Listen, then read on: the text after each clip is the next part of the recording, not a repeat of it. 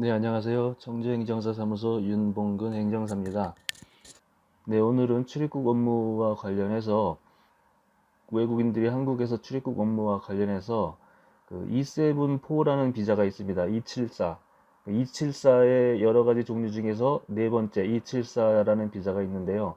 숙련 기능 인력 점수제라고 해서 한국에서 오래 근무한 외국인들한테 특정한 혜택을 주는 아주 좋은 비자로 바꿀 수 있는 기회를 주고 있습니다.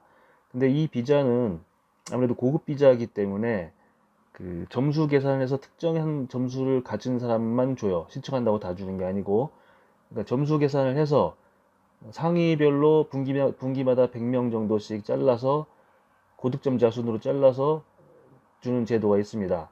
아무래도 비자가 좋기 때문에 한국에서 근무를 하는 외국인 근로자들은 이 비자를 굉장히 따려고 노력들을 많이 해요. 노력을 한다고 되는 게 아니고 점수 계산을 해서 고득점자 순으로 자르게 되어 있습니다. 오늘은 이 비자를 따기 위한 이 비자를 따기 위한 요건과 또 거기에만 맞춰서 점수를 스스로 계산해 볼 수 있는 방법, 그리고 또 뭐 자기들이 바꾸고 싶다고 다 바꿀 수 있는 게 아니고 사실은 근로자 요건도 맞아야 되겠지만 회사의 요건도 맞아야 돼요. 그래서 회사의 요건도 보는 거, 뭐 이런 것들을 종합적으로 살펴보는 시간을 갖도록 하겠습니다. 네, 이제 세부적으로 요건을 알아보는 시간을 갖도록 하겠는데요. 처음에 말씀드린 대로 이, 이 선발은 뭐 매번 상시적으로 하는 게 아니고 1년에 4번 매 분기마다 지금 적용을 해서 신청을 받고 신청 결과를 통보를 하고 있습니다. 그래서 보통 1월 초에 한번 했고요. 3월 초에 한번 했고 이번에는 또 7월 초에 할 예정이고 9월 초에 할 예정입니다. 그런데 이제 엊그저께 공고가 났는데 올해까지만 이렇게 하고 내년도 2021년부터는 이런 시스템에서 조금 바꿔서 아마 매 분기 초가 아니고 매 분기 말로 바뀐다고 공고가 났네요. 그러니까 지금은 1월 초, 4월 초 이렇게 했는데 내년부터는 매 분기 말, 1분기 말, 3월 말, 6월 말, 9월 말 이렇게 진행이 된다고 하네요. 그건 참고 삼아 말씀을 드리고요. 그리고 이 기준도 조금씩 미세하게 수시로 바뀌고 있습니다. 그러니까 매 분기마다 할 때마다 점수 계산하는 방법이라든가 점수 계산 요건이라든가 이런 것들이 조금씩 바뀌면서 새롭게 발표가 되고 있어요. 물론 큰 틀에서는 유지가 되겠지만 제도 자체가 약간씩 변경이 되면서 발표되고 있다는 사실을 주의하시고요. 그다음에 제가 지금부터 말씀드린 거는 올 1월 초, 3월 초에 이렇게 두 번이 진행이 됐었는데요. 4월 초죠. 1월 초, 4월 초에 진행이 됐었는데요. 4월 초에 할 때의 기준입니다.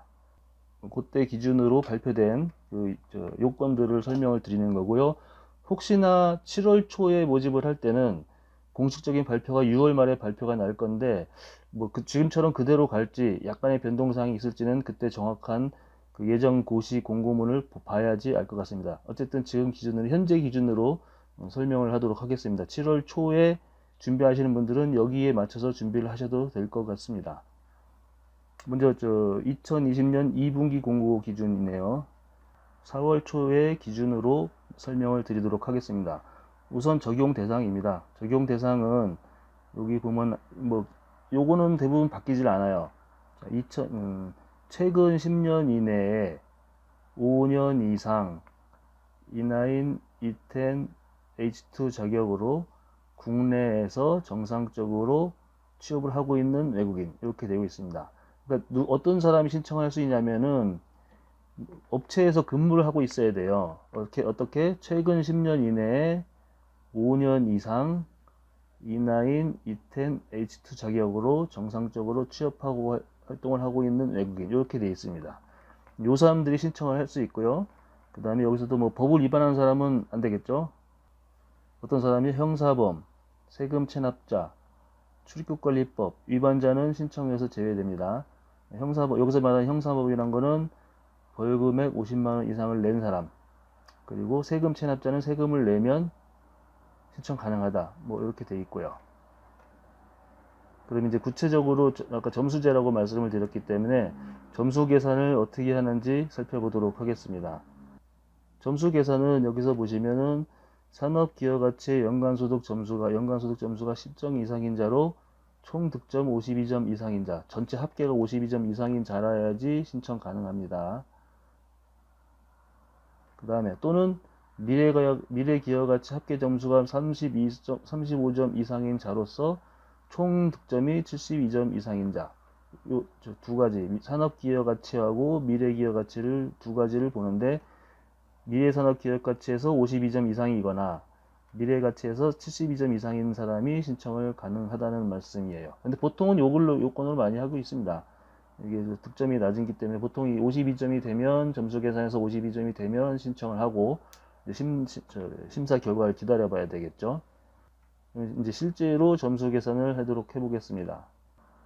일단은 산업기여가치인데요. 산업기여가치는 여기처럼 연간소득, 연봉이죠. 연봉 수준을 판단하게 되어 있습니다.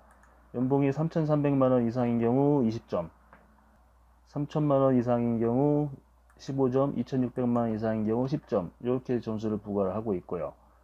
그 다음에 미래기여가치에서는 숙련도와 학력을 보고 있습니다. 숙련도라고 하는 거는 이 제도 자체가 뭐 숙련된 기능 인력에 한해서 이런 특혜를 주는 거기 때문에 아무래도 자격증이 있는 사람들은 숙련됐다고 보고 점수를 주겠죠. 숙련도는 기사와 산업기사, 기능사 자격증을 땄을 때 20점, 15점, 10점 이렇게 주는 제도가 있고요. 그 다음에 기량검증 시험이라고 있습니다. 요거는 얼마나 숙련됐는지를 어떤 특정 분야에서 검증을 하게 돼 있는데요. 요거는 조금 복잡하기 때문에 요거는 생략을 합니다. 또 실제로 요 기량검증 점수를 받아서 신청하시는 분 또 거의 없어요. 외국인들 중에서는. 그러니까 요 숙련도 분야에서는 자격증이 있거나 기량검증을 통과했거나 둘 중에 하나만 될 경우 이 점수를 받을 수가 있습니다. 실무에서는 거의 없기는 하지만요. 예, 그 다음에는 학력입니다. 학력은 여기서 나온 것처럼 학사 이상이냐, 전문학사 이상이냐, 고졸이냐 이런 것인데요. 이거는 본국에서의 학력입니다. 물론 한국에서의 한국에서 전문학사 이상 나왔으면 더할 나위 없이 좋겠지만, 본국에서 학사를 땄느냐, 본국에서 전문학사를 했냐, 본국에서 고졸만 했었냐, 거기에 따라서 판정이 되고 있습니다. 점수를 받고 있습니다.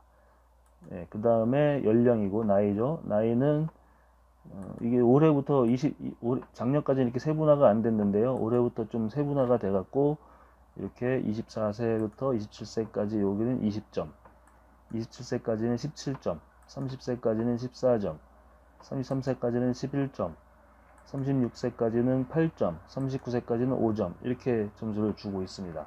여권상의 나이와 신청일 현재 생년월일이 지났냐 안 지났냐에 따라서 나이가 달라지겠죠. 신청일 현재의 여권상의 나이로 여기에 대한 판단을 하는 겁니다. 다음은 한국어 실력. 한국어는 5급 이상이면 20점, 4급 이상이면 15점, 3급 이상이면 10점, 2급 이상이면 5점 이렇게 되어 있는데요.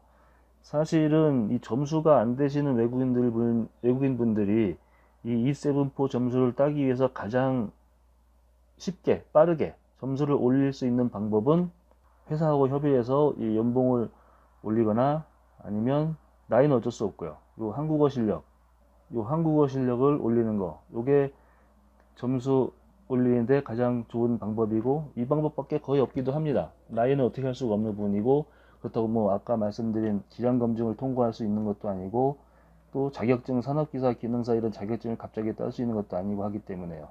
이렇게 해서 계산이 되면 연간소득 점수를 가지고 계산을 하고 산업기여가치가 되겠습니다. 아까 여기서 말한 연간소득 점수 요거를 해갖고 이제 요게 10점 이상이어야 되겠죠.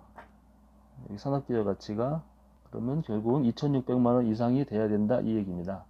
그리고 연봉은 2,600만원 이상이 되고 전체 합계 점수가 52점 이상인 자, 그렇게 되면 신청을 할 수가 있는 거고요. 나머지 점수 요건을 보겠습니다.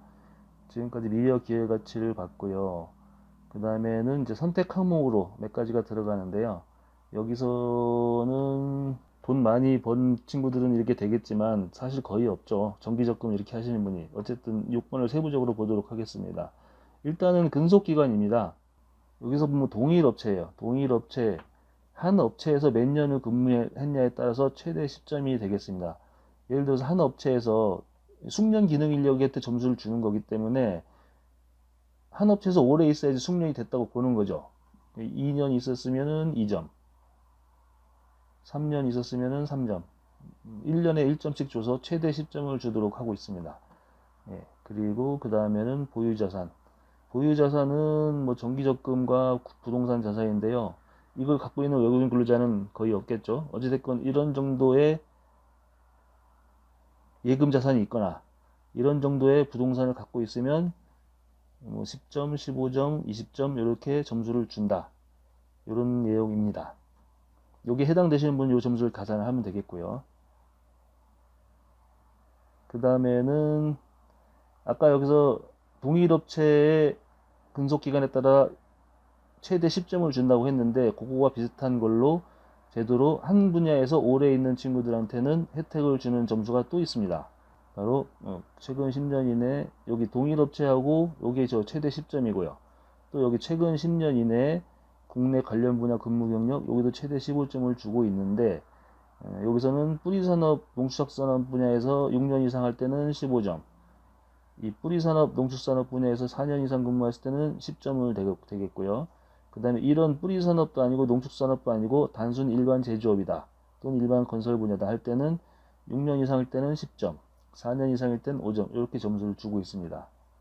여기서 뿌리산업이라고 하는 거는요, 금형, 주조 이런 그야말로 산업의 뿌리죠. 산업의 뿌리가 되는 제품을 만드는데 금형, 주조 이런 거를 주로 생산하는 업체인데 정부에서 뿌리산업 인증을 해주고 있습니다.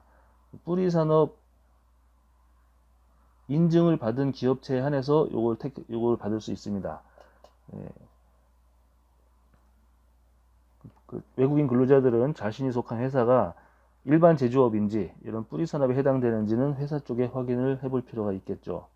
다음은 마찬가지로 관련 직종 국내 교육 또는 연수 경험 이런 정도의 말씀인데요. 일단 국내에서 교육을 봐서 국내 학사 이 경우는 10점, 국내 전문 학사 이거는 8점. 그 다음에 국내 연수죠. 국내 연수는 이 D4 연수 자격 중에서 사설 연수 기관이 있습니다. 그러니까 외국인이 국내에서 사설 연수를 받을 때 D4 자격을 주는 연수 기관이 있어요.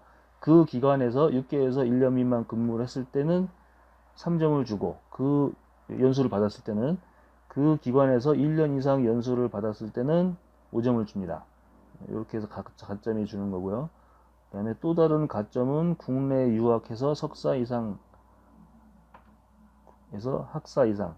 이제 여기서 틀린 거는 이 앞에 것들은 학사 이상 전문학사 취득은 중복이 돼서 점수를 받을 수가 있어요.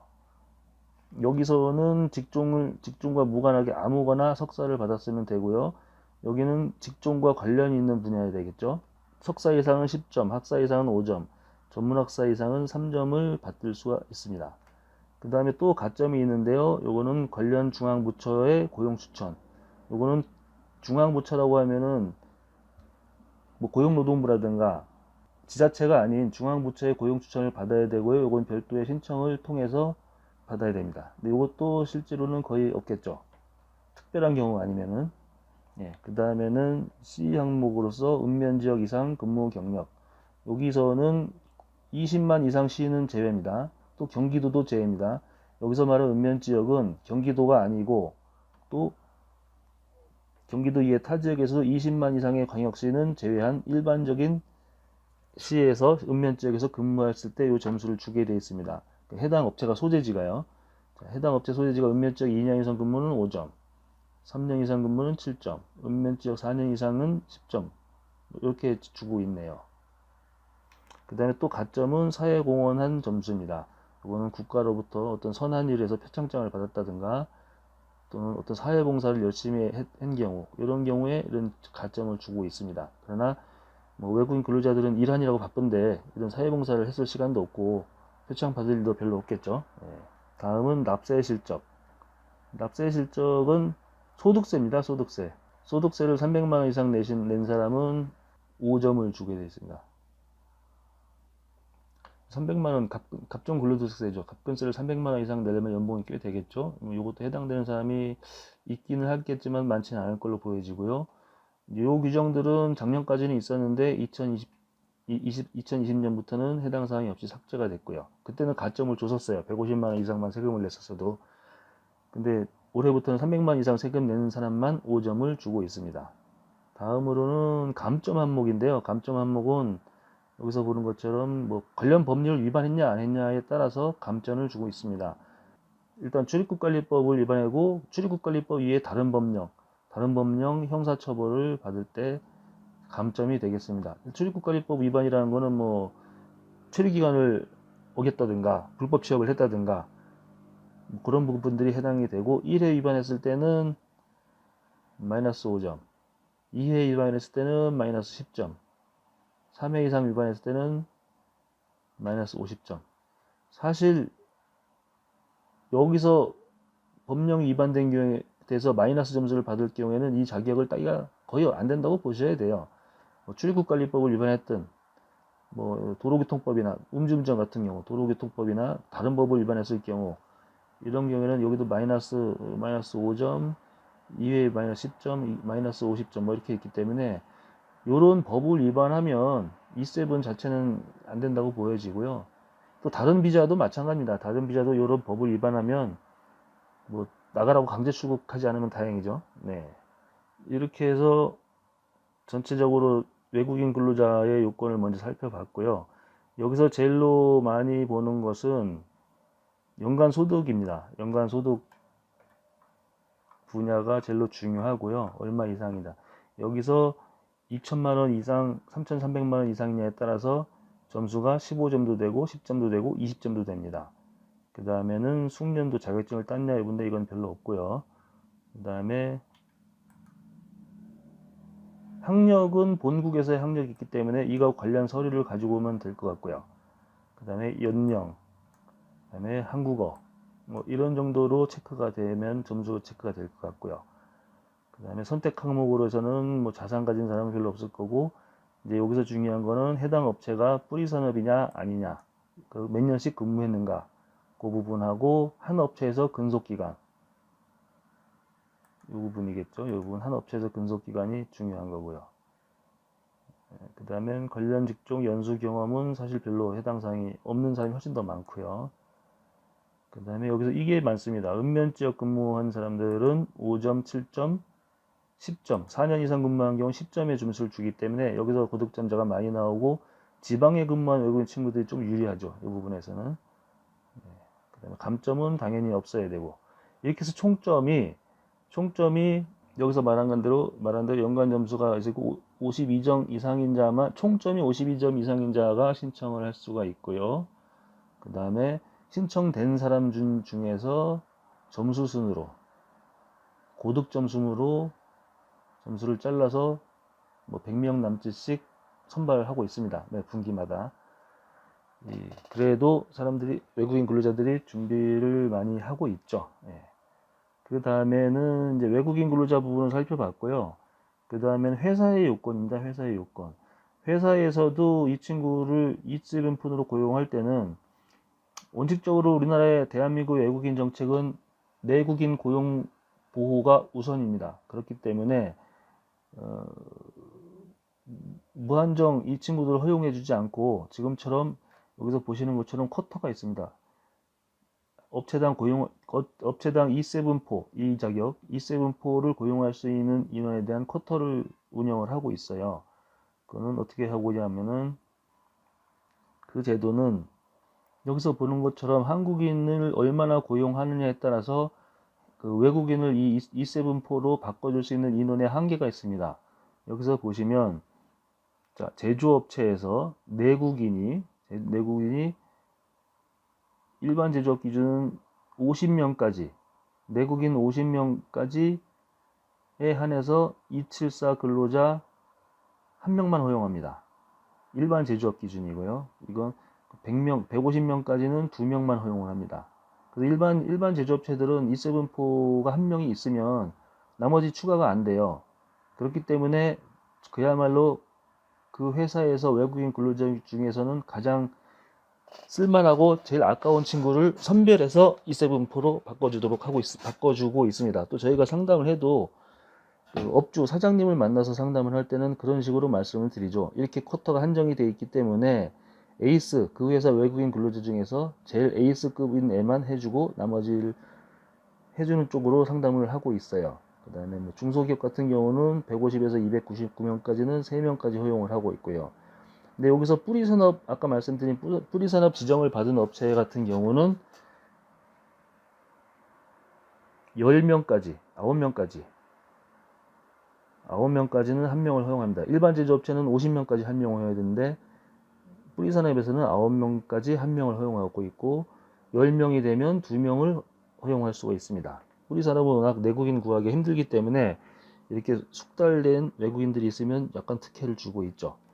그 다음에 건설업에서는 연평균 공사금으로 50억 원 미만인 업체는 E7포 근로자를 1명을 허용을 하고 있습니다. 건설업에서는 연평균 공사 금액이 요 금액에 해당하는 거는 2명까지 허용을 하고 있고요. 그 다음에 농축어업인데요. 우리가 흔히 274라고 하면 거의 다 제조업만 생각을 해요. 또 사실은 그쪽 근로자들이 제일 많고요. 여기서는 농축산업, 농업, 축산업, 어업 이쪽에서는 한국인 근로자가 30명 이하일 경우에 한해서 외국인을 1명을 허용한다. 이렇게 보시면 돼요. 농업, 축산업, 어업에서는 31명에서 99명까지는 2명을 허용한다. 뭐 이렇게 보시면 되겠습니다. 그리고 참고사항이 이게 굉장히 중요한데요. 현재 E9 근로자, E7 근로자를 고용하고 있는 기업의 경우에는 이 인원의 일반 제조업은 10명부터고 뿌리산업은 5명부터인데 자, 일반 제조업은 10명이 안 돼도 뿌리산업은 5명이 안 돼도 E9을 고용하고 있다라고 하면 여기서 1명을 E7포로 바꾸는 걸 허용을 합니다. 예, 요 체크가 중요하기 때문에 뭐 특히 뿌리산업 같은 경우는 업체가 영세한 업체가 많기 때문에 내국인을 이렇게 많이 쓰지 않는 업체도 많아요. 그렇기 때문에 5명 이상이 안 돼도 뿌리산업 같은 경우는 5명 이상이 안 돼도 일반 제조업 같은 경우는 한국인이 10명까지 안 되더라도 E9을 기존에 쓰고 있다라고 하면 1명 정도는 해준다. 뭐 이렇게 설명을 드리도록 하겠습니다. 이제 요게 회사 쪽의 요건이 되겠고요. 회사 쪽의 요건은 다른 요건도 많이 있는데 이 쿼터가 제일 큰 문제가 되긴 해요. 네. 다음으로는 쿼터에 대한 내용이 있는데요. 예. 전체 쿼터는 100명입니다. 1000명입니다. 1000명. 일반 쿼터는 500명, 별도 쿼터는 500명인데요. 여기서 별도 쿼터는 고용 추천서 같은 게 있어야 돼요. 그러니까 우리가 지금까지 설명했던 점수 계산에서 52점 돼야지 신청할 수 있고 고득점에 떨어진다. 고득점 순으로 떨어진다. 라는 한 쿼터는 요 일반 쿼터 500명에 대한 얘기고요. 그 점수제하고 관련 없이 별도 쿼터를 또 500명을 운영을 하고 있는데 요거 같은 경우는 그 쿼터제 요건마다 조금씩 다른 부분이 있기 때문에 요건 별도의 메뉴로 따로 설명이 돼야 될 것 같습니다. 어쨌든 지금 현재 분기별로 한다 뭐 이런 것들은 요 일반 쿼터에 대한 내용이고요. 분기별로 125명씩 고득점 순으로 자른다. 그런 내용입니다. 그 다음에 별도 쿼터는 65점 이상 고득점자, 아까 이 총점이 65점 이상 고득점자고 그 다음에 국민고용 창출 우수기업